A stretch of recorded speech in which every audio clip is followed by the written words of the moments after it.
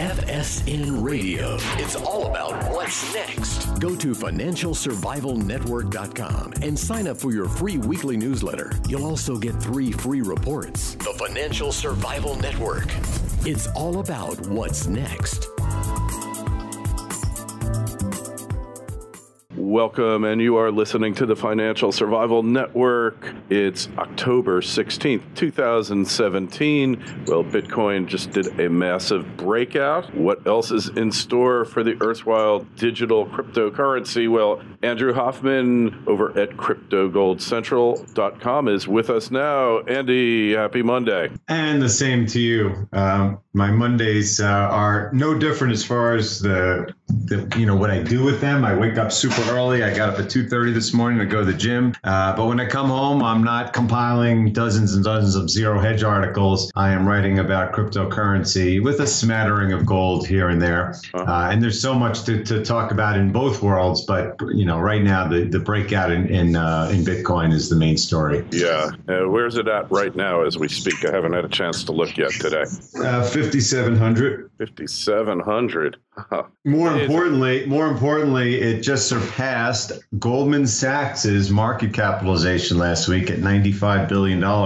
And when it gets to $100 billion, not only is that a key psychological level, but more importantly, it pretty much puts it in play for every major institution in the world. The biggest institutions in the world may have limits, like when you're the Swiss bank printing money and buying stocks, you'll only buy like the Apples of the world that have these giant market capitalization. So I think the 100 million level is going to be a major point for people to get recognition of it around the world. The mainstream media may even say some nice things about it. And more importantly, Bitcoin's dominance, meaning the market capitalization of Bitcoin versus the rest of the crypto sector, has been rising significantly as well, as people are starting to realize that if you invest in some of these other ones, they are, for all intents and purposes, in most cases, just tech stocks in very early stages. So when you look at Bitcoin's doing all these things, it's already an operating company, let's call it, as opposed to all these startups. And you realize that that's where the majority of the money is going to go for some time. Yeah.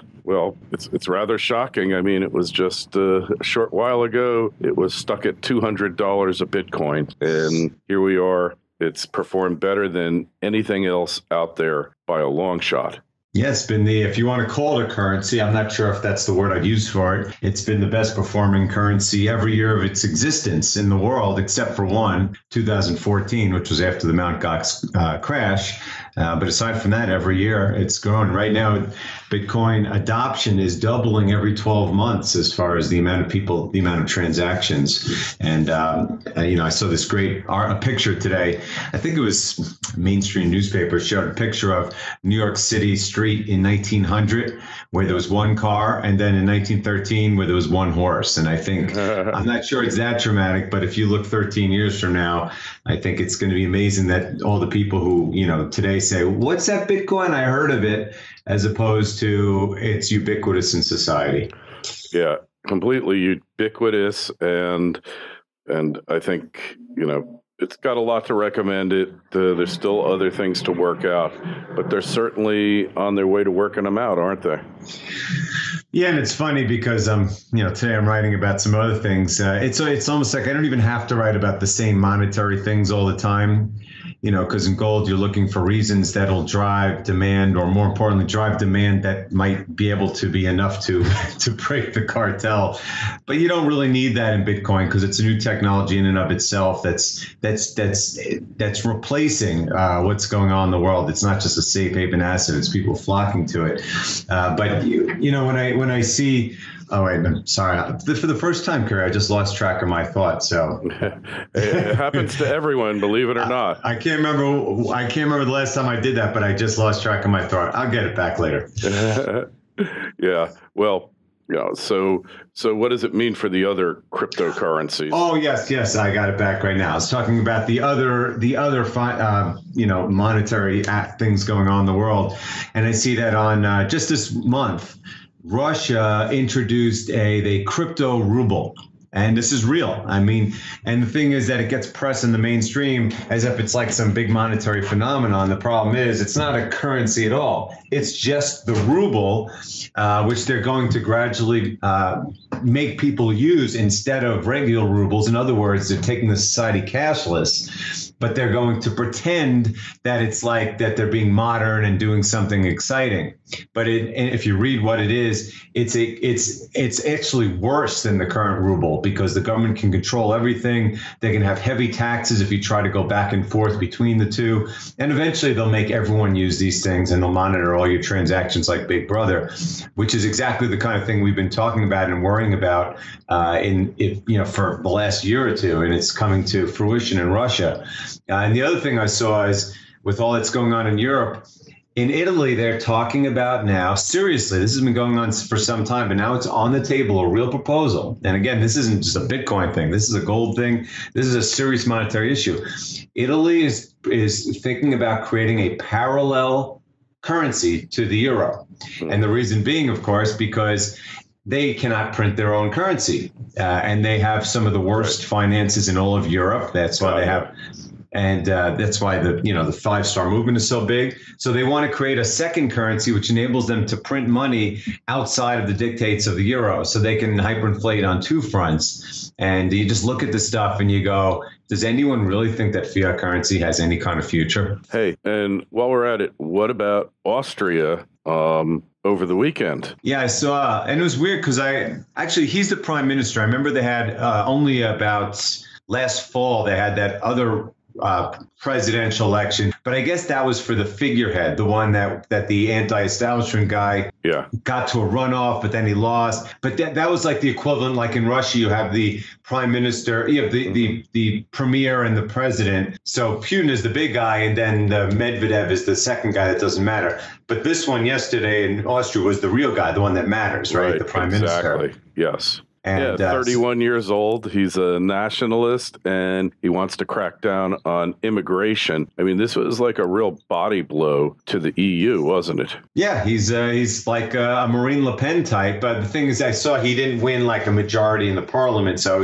it's going to be one of those things. But the fact is, he sounds a lot like, just from the cursory things I've read, like Marine Le Pen, like very much against what the parties in Brussels want. And again, and this is only a week after the Catalonian secession vote, which is, we're still waiting to see what will happen because the Spanish government says, but the people who didn't want to secede didn't vote, and if you actually go through with it, we're going to take you over. But the point is, these movements are going on everywhere, and then they will continue to go on because people are angry. And the more the governments try to fight it with draconian measures, and then now with these like ridiculous hyperinflationary currencies, it's just going to make things worse. It's going to drive people out of the system. It's going to only drive the inevitable takeover of Bitcoin and cryptocurrency, and it's going to drive people into gold. Yeah, there's a certain inevitability to it all, isn't there?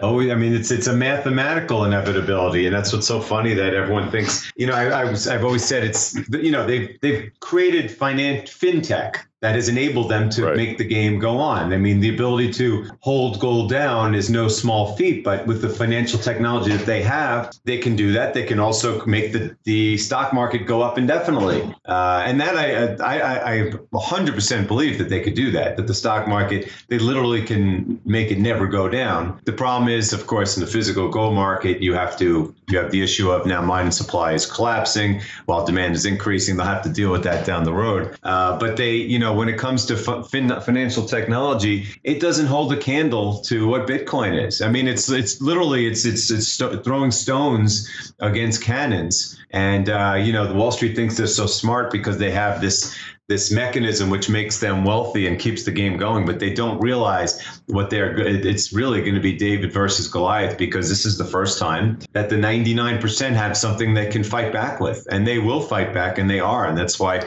Bitcoin adoption is rising so fast. And now that it's churning through all the growing pains that it's had. I mean, I talk about how it grows in double dog years. Like, I can't even believe, I mean, it was just 3 months ago, people were worried about hard forks. Now people embrace them. Or if you look back to, you're talking about, 2 or 3 years ago, and the price was $200 and everyone was like, this thing is dead. And now it's about to take over the world. It is really amazing how much has advanced. The SegWit activation, the thwarting of the hard forks, and now the realization that the network is getting much stronger, much faster than anyone could have imagined. It's really the most exciting thing I've ever come across. It's like Skynet's taken over, They just can't stop it.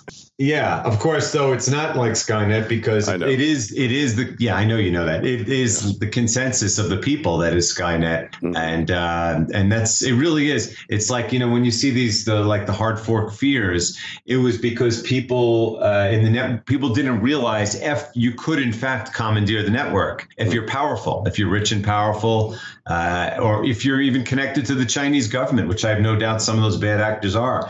And it turns out all attempts have fallen flat in their face. I mean, think about how bad, like Jamie Dimon, symbolizes someone who always gets what he wants. He can say what he wants. He can do what he wants. He can be like Al Capone. He could just be a criminal in plain sight. He can rig markets without any reservation and just become a bigger billionaire and get nominated to be the Fed chairman and all these kind of things. But look at how stupid he looks right now. It's very telling that this guy can't keep his mouth shut looking stupid because Wall Street can't fight against this. This is something far more powerful than high frequency algorithms. Yeah. Well, hey, it's got a few more advances that it has to make, where then it really will become a currency, and you use it to pay for stuff. And I think we'll probably see that happen, in the next year. Most of the updates that are necessary. Yeah, now that SegWit's activated, the updates, the amount of money that's going to be invested, I'm not even talking about invested in the coin, in the price, but I'm talking about in actually upgrading the network. Now that SegWit has been activated, it's kind of the sky's the limit. And the thing is, yes, it and other cryptocurrencies will be currencies as well. Bitcoin is not going to monopolize the whole world in that sector, but in the store of value space, it is definitely monopolizing, because before you can be a currency, you have to be sound money. And that's why it was so important to get SegWit activated and to show that these hard forks cannot split the network, because ultimately, for the whole world to use it, they have to trust it. And that's what we're seeing grow at an exponential rate. That's why the price is $5,700, because people are starting to trust it, as they should. And to me, it's like I spent years and years thinking of my wealth in terms of how many ounces of gold that I have. And I still hold a good position in gold and intend to for posterity. But more and more, even I am starting to think that how many Bitcoin you own is going to be the best way to measure your wealth going forward. Yeah, well, it certainly looks like there's a good chance of that. I mean, well, we'll see. I guess, does it keep going straight up from here, Andy? Does it take a breather, or what's going to happen here? Well, technically speaking, who knows? It's had, but I'm not going to say because it's had a big rise, it has to have a big fall. Look, we just did have a big fall, right? It got to 5,000, and then, the Chinese said they're banning Bitcoin. It went to 3,000 briefly. So that's a 40% drop. And now we're back at 5,700. But the point is that the pace of adoption is growing as fast as the price. Yeah. We're up 10 times in price this year. That's great, but the adoption is doubling every year right now. But it's going to, a year from now, it'll probably be going up more than double every 12 months. So, and of course, markets tend to discount things in advance. So I don't think that. It's still going to be volatile because there's still only 16 million outstanding, of which several million have been lost, and a whole bunch of them are in strong hands that aren't going to be selling. But I wrote this again. I'm on this CryptoGoldCentral.com. It's the greatest thing I've ever done. I've been in business for just over a month, and I have like 300 posts. I'm writing about all these things, and one of the things I wrote about the other day was I called it anti-volatility, because in Bitcoin, people like to use the term anti-fragile to show that the more that people attack it, the stronger it gets. Well, one of the big criticisms, from the Peter Schiffs and all these people don't realize that it's still growing, is that when you're very small, of course, you're going to be volatile. I mean, when there's so much demand for something with such a small float, and there's so many news items that are impacting it, you're going to have volatility. But the thing is, it's becoming less and less volatile each day as more and more people come in and the price gets higher and more people trust it. And I really think that, this particular jump this weekend to nearly 100 billion market cap is going to really start to make it more anti-volatile. And the less volatile it gets, the less criticisms you have and the more people in the mainstream are going to want to invest in it. No doubt. Yeah, it's gaining credibility here and critical mass while it gains credibility. Interesting. Hey, well, gold's back up over 1,300 and, it's been struggling, but it looks like it's getting ready to break out as well, doesn't it? Well, the thing with gold is, and Bitcoin has a mining cost. The cost is probably $1,000. Although next week we can talk about some of the other hard forks coming that are going to, different variations of it. But gold's mining cost is probably about $1,300. It's the all-in cost is a lot higher than that. I mean that would be the cost to replace reserves, which have been falling for like a decade. So if you really wanted to replace them, it would probably be $2,000 an ounce, because mine production is now going to be falling 20% over the next decade. The mining industry is decimated. That's why, among other things, when people get all excited about mining stocks, they're going to go up with gold. How much are they going to go up with gold when the production just keeps falling and falling and falling? I mean, you got to have a product to sell. And so, but if you own actual gold and you realize that mining cost is creeping higher and higher and the all-in cost is just rising dramatically. I remember it was like 4 or 5 years ago where the CEO of Gold Fields, one of the big 10 producers in the world, he said the all-in cost, I believe he said, was $1,500 all in, meaning to replace reserves. And that was before we were talking about 20% declines in production. So I got to think that the all-in cost for gold, if you wanted to replace reserves, it's gotta be pushing $2,000 right now. So there's always going to be a magnet pulling the price up, no matter how much fintech is trying to push the price down. And then the other magnet, of course, is going to be the printing of money. And while it may be losing some market share to Bitcoin, which is the other pink elephant that no one in the precious metal community wants to admit to, it really doesn't matter, because my scenario is that trillions of dollars are going to be leaving the legacy financial assets over the next decade, partly because of Bitcoin and partly because these sectors are overvalued historically, and because bad things are coming to the fiat system. So gold will have more than its share of a larger pie to deal with, but it will do it silently. It will not do it as the focal point of the monetary universe, which is great for gold holders, because the old scenario was the world falls apart and gold goes up and governments come after it. Well, governments are not going to be coming after gold anymore. Gold is no longer their top nemesis. But that said, it's still one of the great money storage of value assets of all time, and it's been heavily suppressed. And I have no doubt it's going to go a lot higher. So there's no need to be a gold bug anymore. Just invest in a cheap asset and watch it go up. Yeah, I couldn't agree more. Well, hey, you got any questions, comments for Andy or myself? Email us kl@kerrylutz.com. Don't forget Andy's site, cryptogoldcentral.com. Get a free 7-day subscription. Andy, we will catch up with you next week, as always, and have a good one. You too. FSN Radio. It's all about what's next. Go to financialsurvivalnetwork.com and sign up for your free weekly newsletter. You'll also get 3 free reports. The Financial Survival Network. It's all about what's next.